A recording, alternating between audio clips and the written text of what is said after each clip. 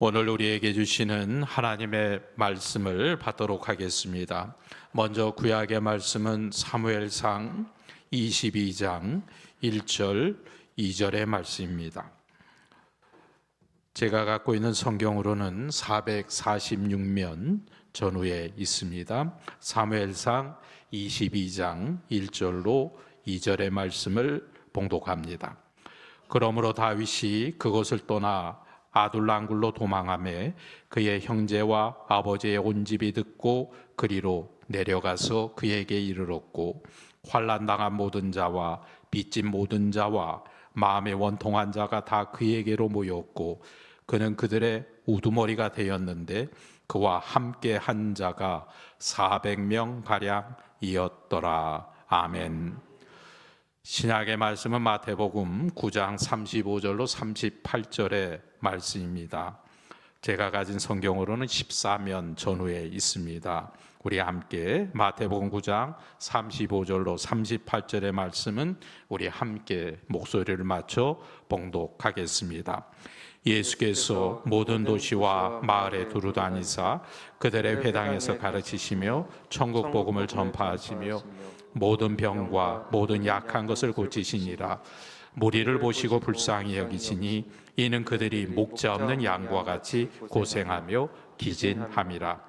이에 제자들에게 이르시되 추수할 것은 많되 일꾼이 적으니 그러므로 추수하는 주인에게 청하여 추수할 일꾼들을 보내주소서 하라 하시니라. 아멘.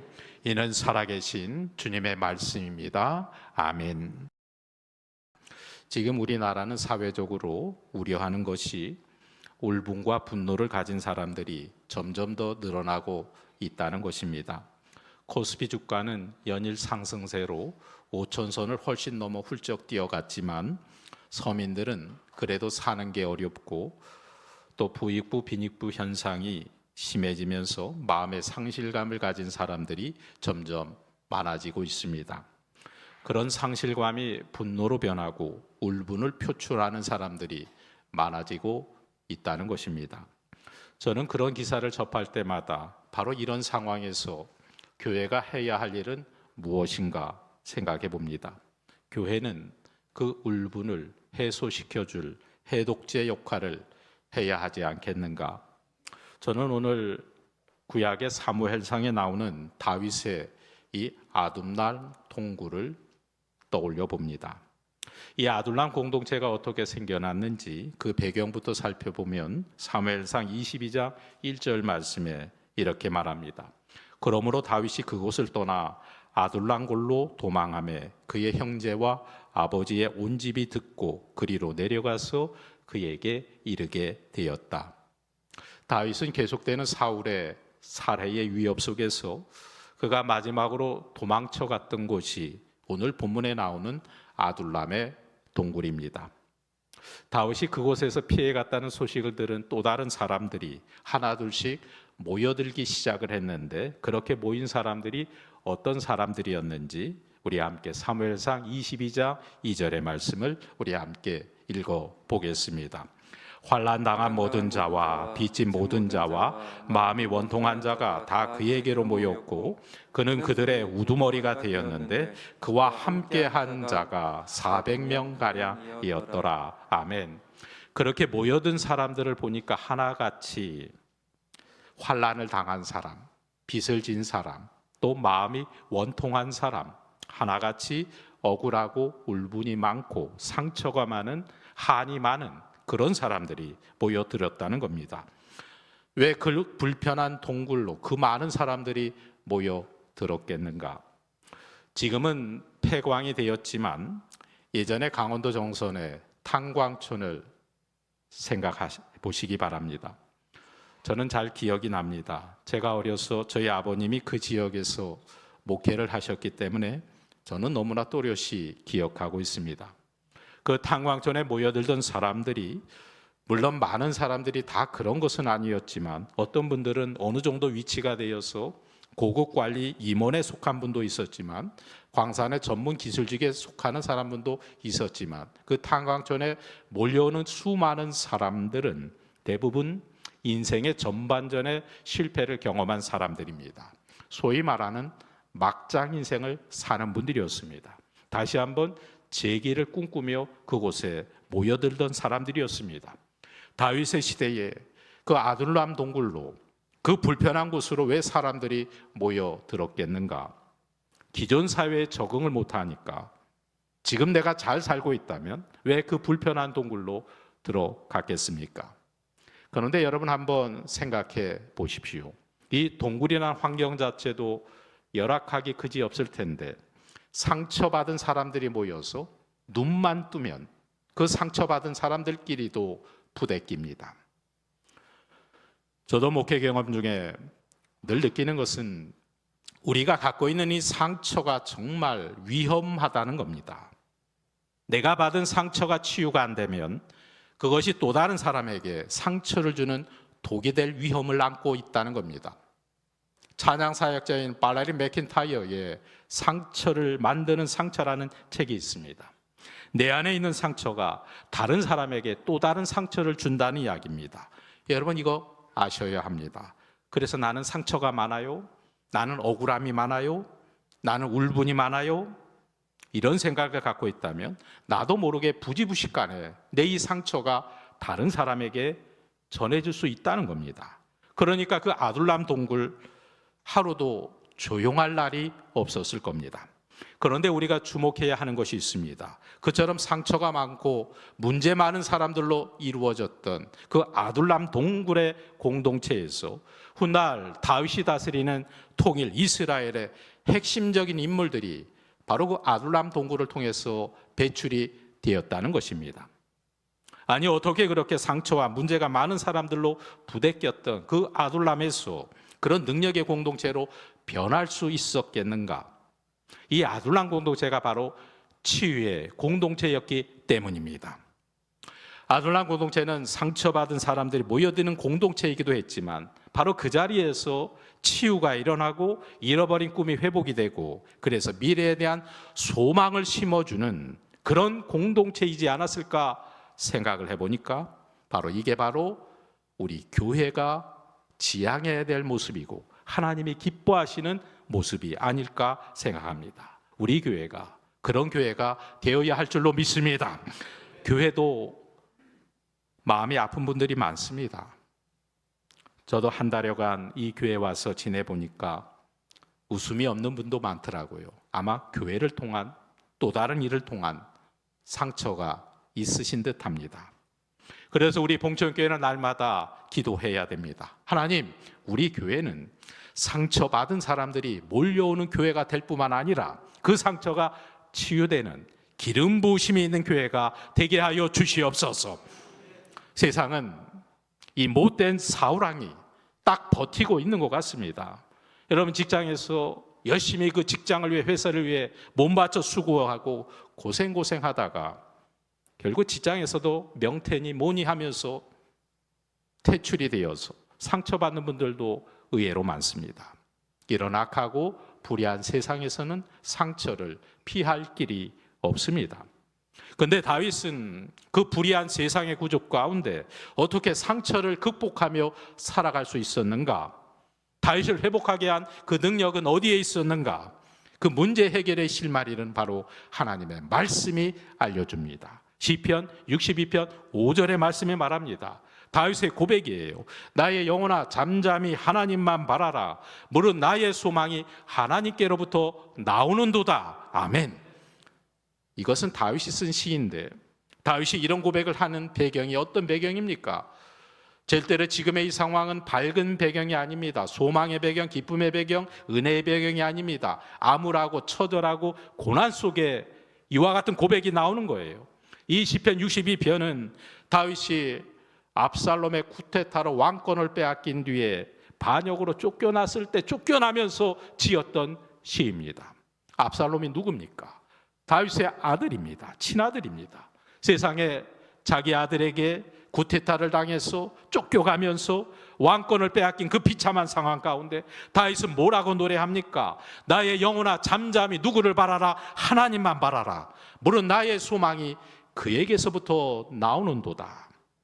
다윗이 그 절망의 구덩이 속에서도 일어날 용기가 생기고 회복될 수 있는 힘이 생길 수 있었던 것은 그 악한 사울이 변하기를 기다렸던 것이 아닙니다. 그 못된 아들 압살롬이 회개하고 돌아오기를 바라서도 아닙니다. 그 상황 속에 하나님만 바라보는, 하나님께 소망을 두는 믿음 때문이었습니다. 여러분, 우리도 하나님께 소망을 두며 나아갈 수 있기를 주의 이름으로 축원합니다. 하나님만 바라보는 그 소망이 다윗을 회복하게 하는 능력이 된 줄로 믿습니다. 우리에게 던져주는 말씀의 도전이 무엇입니까? 환경은 중요하지 않습니다. 하나님의 능력, 하나님의 위로하심, 하나님의 은혜를 바라보는 바로 그 자리에 환경을 뛰어넘을 수 있는 믿음의 능력이 있다는 것을 깨달아 알게 됩니다. 우리 봉천의 모든 성도님들, 환경 때문에 일이 일비하지 마시고 주변 상황에 허덕이는 인생이 아니라 이 다윗처럼 환경을 초월하는 하나님의 영향력 아래 살아가는 믿음의 복된 성도들 되시기를 주의 이름으로 축원합니다. 두 번째로, 이 세상에 우리가 상처받지 않기 위해서 해야 될 일이 분명히 있습니다. 우리의 주된 관심을 바꿔야 한다는 것입니다. 이게 무슨 말씀일까요? 다윗은 그의 마음에 늘 처절한 아픔과 울분을 갖고 있었던 사람입니다. 건들기만 하면 그의 울분과 한이 나오는 사람이었어요. 얼마나 울분이 많았던지 그의 인생의 또 다른 대적 골리앗을 향하여 쏟아놓았던 그의 울분을 우리 함께 보도록 하겠습니다. 바로 사무엘상 17장 26절의 말씀인데, 다윗이 골리앗 그 거대한 장수를 향하여 그의 마음의 한을 쏟아붓습니다. 우리도 한번 읽어봅시다. 다윗의 마음에 우리도 감정이입이 되어서 골리앗을 향한 이 다윗의 울분을 이 말씀을 통해서 우리 한번 느꼈으면 좋겠습니다. 자, 우리 한번 읽어보겠습니다. 시작. 다윗이 곁에 서 있는 사람들에게 말하여 이르되, 이 블레셋 사람을 죽여 이스라엘의 지역을 제거하는 사람에게는 어떠한 대우를 하겠느냐? 이 할례 받지 않은 블레셋 사람이 누구기에 살아계신 하나님의 군대를 모욕하겠느냐? 니까짓 게 뭔데? 너 골리앗이 너가 뭔데? 왜 하나님을 조롱하느냐? 바로 이 말이에요. 다윗의 울분이 막 느껴집니다. 사람은요, 자기의 주된 관심사가 있는 곳에 상처가 있습니다. 자기가 관심하는 곳이 이루어지지 않으면 울분이 쌓이는 거예요. 그렇지 않은 곳에는 사람이 상처받지 않습니다. 무슨 말인가 하면 그 마음이 있는 그곳에 상처를 받는다는 거예요. 사람 중에는 외모에 신경을 많이 쓰는 사람이 있습니다. 특히 남에게 보이는 모습, 외적인 모습, 하물며 옷을 입어도 반듯하게 입고 외모를 갖고도 정말 사람들이 좋아할 모습으로 갖추죠. 저도 예전에 외모에 관심이 좀 있었습니다. 한 달에 한 번 머리를 커트하러 동네 미장원에 가는데 이 머리카락이 잘려나가는 게 너무너무 아까운 겁니다. 그러지 않아도 머리가 없어지는데 또 이 머리를 잘라야 하는가? 자꾸 얼굴은, 이마는 넓어져 가고 어디까지가 제 얼굴의 경계선인가 모호해지니까 이 머리카락이 날아가는 게 너무너무 억울한 거예요. 근데 요즘은 별로 외모에 신경을 안 씁니다. 그냥 보여지는 대로 사니까 누가 뭐라 그래도 외모에 상처를 받지 않습니다. 여러분이 아무리 저보고 목사님 정말 못생겼네요, 목사님 언젠가는 머리가 하나도 없는 빛나리가 될 것 같습니다, 아무리 저를 조롱해도 저는 상처받지 않습니다.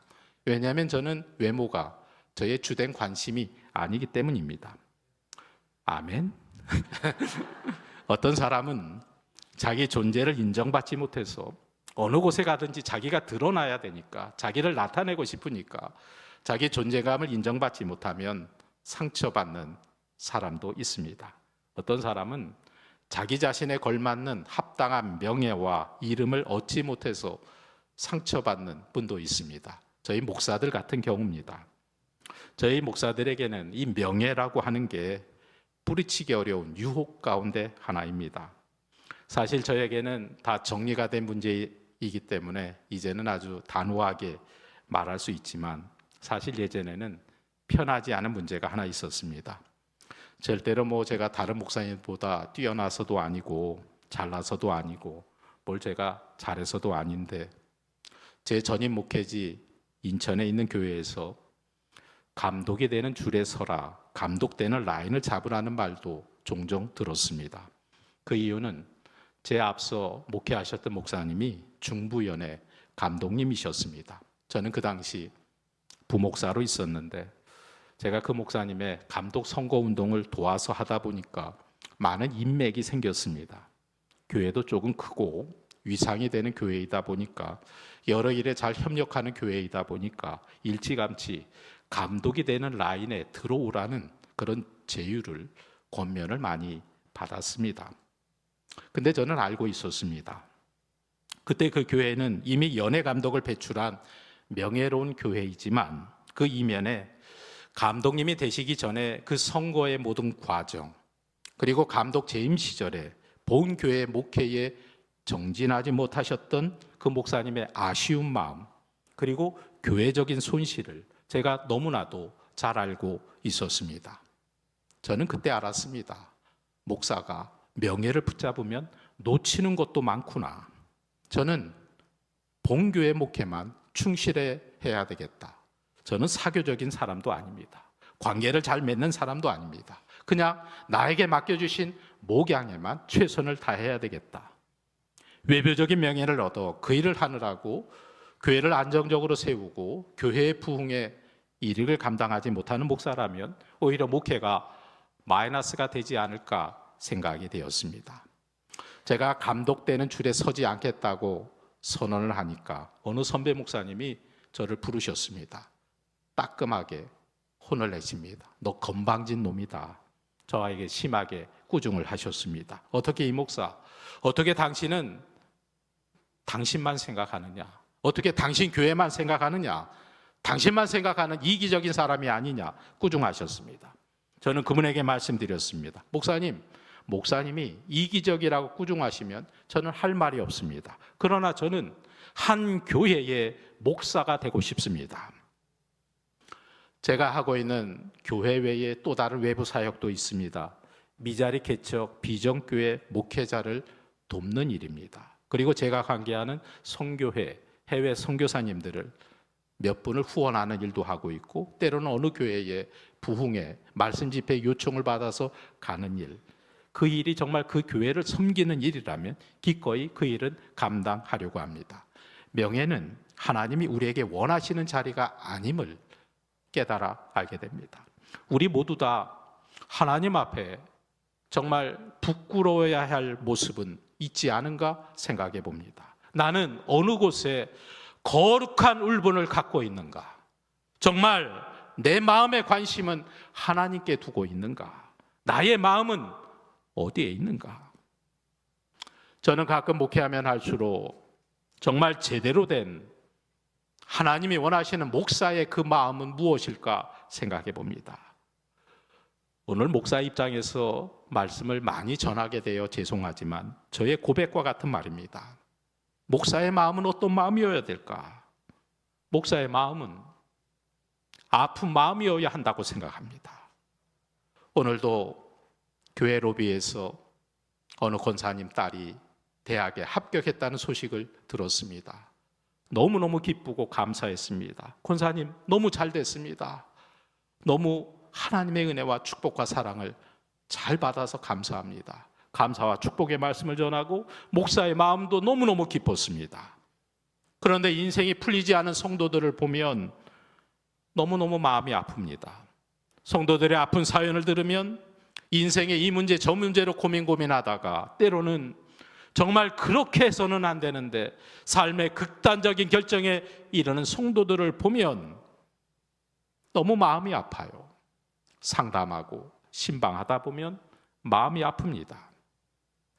대학 시절에 읽었던 칼리 지브란의 예언자라는 책에 이런 글귀가 나오는데 칼리 지브란 그분의 사상 생각을 다 인정하는 것은 아닙니다. 그러나 그분의 책에 나오는 한마디의 문구가 저희 시대의 저희 연배의 친구들과 저의 마음을 후벼 팠습니다. 이런 글귀가 나옵니다. 나는 태어날 때부터 심장에 화살을 꽂고 태어났나 보다. 빼려고 해도 아프고 가만히 두어도 아프다. 우리 친구들과 목사가 된 뒤에도 알게 되었습니다. 이게 목사의 주의 종의 하나님의 사람의 마음이구나. 아파요. 목사로 존재하는 것 자체가 아파요. 하나님의 사람으로, 믿음의 사람으로 있는 것이 아픕니다. 사실 저는 그렇게 아픈 사람이 아니었습니다. 여러분 보기에도 건강해 보이죠. 태어날 때도 육신도 건강하게, 영혼도 건강하게, 밝게, 맑게 태어났습니다. 인생이 참 즐겁고 기쁘게 살아가려고 했습니다.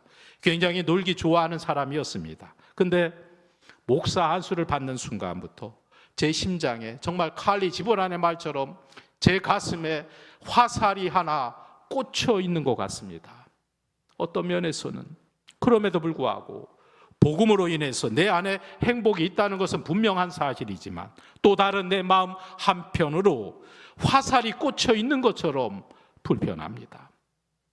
이게 아파가지고 빼려고 해도 아프고 가만두어도 아프고, 저도 개척교회를 해봤는데 30명도 안 모이는 자그마한 교회에서 목회할 때도 아픕니다.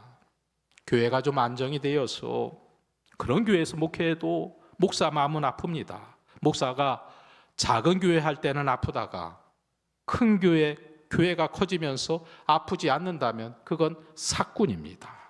혼자 있어도 아프고, 빼려고 해도 아프고, 누가 칭찬을 해도 아프고, 욕해도 아프고, 잘해도 아프고, 아픕니다. 저는 제 운명을 압니다. 아버지 목사님을 봐서도 그렇고 선배 목사님들의 모습 이거저거 봐서도 목사로서의 제 삶을 압니다. 죽을 때까지 아플 것 같습니다. 아마 하나님 나라 가면은 그 아픔이 없어지겠죠. 어떤 면에서 우리보다 먼저 하나님 나라 가신 분은 그래도 행복할 겁니다. 왜 그럴까요?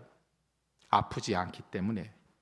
지금은 하나님 나라에서 아프지 않으실 겁니다. 제가 책을 읽는 중에 오스왈드 챔버스 목사님의 주님은 나의 최고복이라는 책에 너무도 위로가 되는 한마디 문장을 발견했습니다. 아픈 마음 때문에 이 세상에서 하나님의 목적이 이루어진다면 하나님이 당신의 마음을 아프시게 한 것에 대하여 감사하라.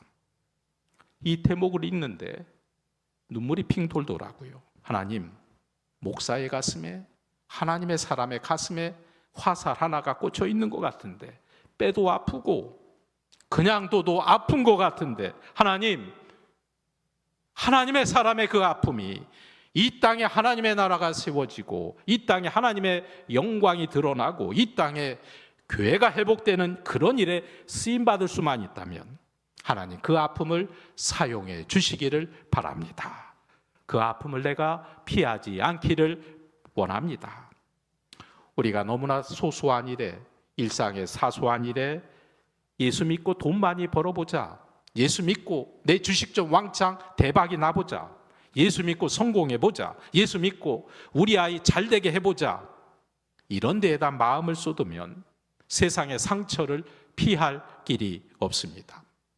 보다 더 근본적인 것, 하나님의 나라와 하나님의 뜻, 나보다 어려운 성도와 또한 어려운 교회를 향한 그 가슴 아픔, 그런 곳으로 우리의 관심이 옮겨지게 될 때 세상이 나에게 상처 주는 그 사울이 어떻게 나를 어찌할 수 없는 하나님의 사람이 될 줄로 믿습니다.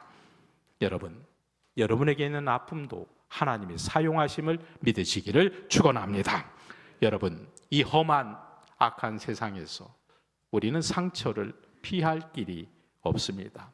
어떻게 해야 될까요?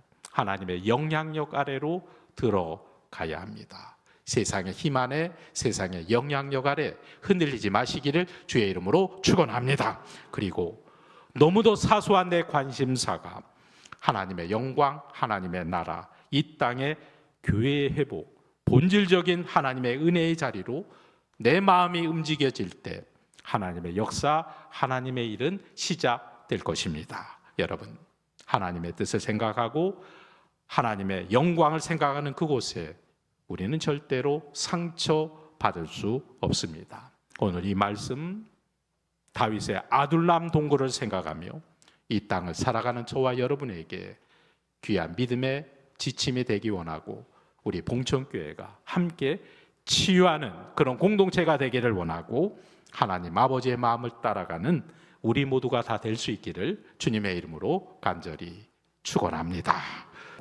살아계신 아버지 하나님, 오늘 예배하는 이 귀한 시간 하나님의 은혜를 구합니다. 먼저 내 안에 상처가 치유되고 회복이 일어나고 내 내면의 아픔이 사라지는 주의 은혜를 경험케 하여 주시옵소서. 아버지 하나님, 참된 주의 복음의 능력을 경험케 되기를 원합니다. 예수 십자가의 능력이 경험되어 하나님의 은혜로 예수의 능력이 나를 치료하시며 나를 싸매어 주실 줄로 믿고 나와 함께하는 모든 가족들, 내 이웃들에게 주님 치료의 역사가 임하여 주시옵소서. 아버지 하나님, 나에게 세상이 악한 사울이 나를 괴롭힌다 할지라도 그 모든 것이 상처가 되지 않게 하여 주시옵소서. 주여 은혜를 주시옵소서. 아버지 하나님, 이 불의한 세상에 상처 없이 살 수 없지만 날마다 나를 괴롭히는 사울이 날마다 내 주변에 어른거리고 있지만 하나님, 오늘 주신 말씀이 내게 능력이 되게 하여 주시옵소서. 우리 봉천교회가 아들랑 공동체가 되게 하여 주시옵소서. 아버지 하나님, 원수가 날 향해 와도 나는 쓰러지지 않겠다는 믿음의 선포가 내 삶 속에 내 입술을 통하여 날마다 선포될 수 있도록 주의 권능으로 인도하여 주시옵소서. 아버지 하나님, 정말 우리가 하나님의 영향력 아래 돌아가기를 소원합니다. 하나님, 몸은 여기에 와 있지만 나는 세상의 힘 아래 놓여 있을 때가 많이 있습니다. 세상의 가치관, 세상의 좋은 것들, 그것이 나의 삶을 좌지우지할 때가 너무나 많이 있습니다. 그러나 나의 영을 하나님의 영으로 치료하여 주옵시며 아버지 하나님, 내 가족들, 내 자녀들, 내 아내와 내 남편, 내 부모가 내 삶의 깊은 것까지 들여본다 할지라도 조금 더 부끄럽지 않은 맑은 영혼, 순결한 영혼, 아버지 그런 하나님께 붙들린 삶을 살게 하여 주시옵소서. 오늘도 하나님께 드려진 귀한 예물들이 있습니다. 이 예물들이 쓰여지는 곳마다 하나님의 역사가 나타나게 하여 주시옵소서.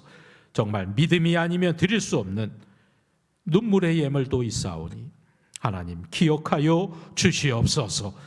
아버지 하나님, 주님 앞에 예물 드리는 자들의 그 손길이 부끄럽지 아니하도록 주의 채우심과 인도하심과 주의 능력으로 인도하여 주시옵소서. 오늘 우리가 어려운 때를 지나가고 있습니다. 우리 봉천의 모든 성도님들, 세상의 어려움으로 하나님 앞에 범죄하지 않게 하여 주옵시며 하나님만 붙들고 하나님 안에서 시온의 대로가 열려지는 주의 축복을 경험하게 하여 주시옵소서. 예수님의 이름으로 기도하옵나이다.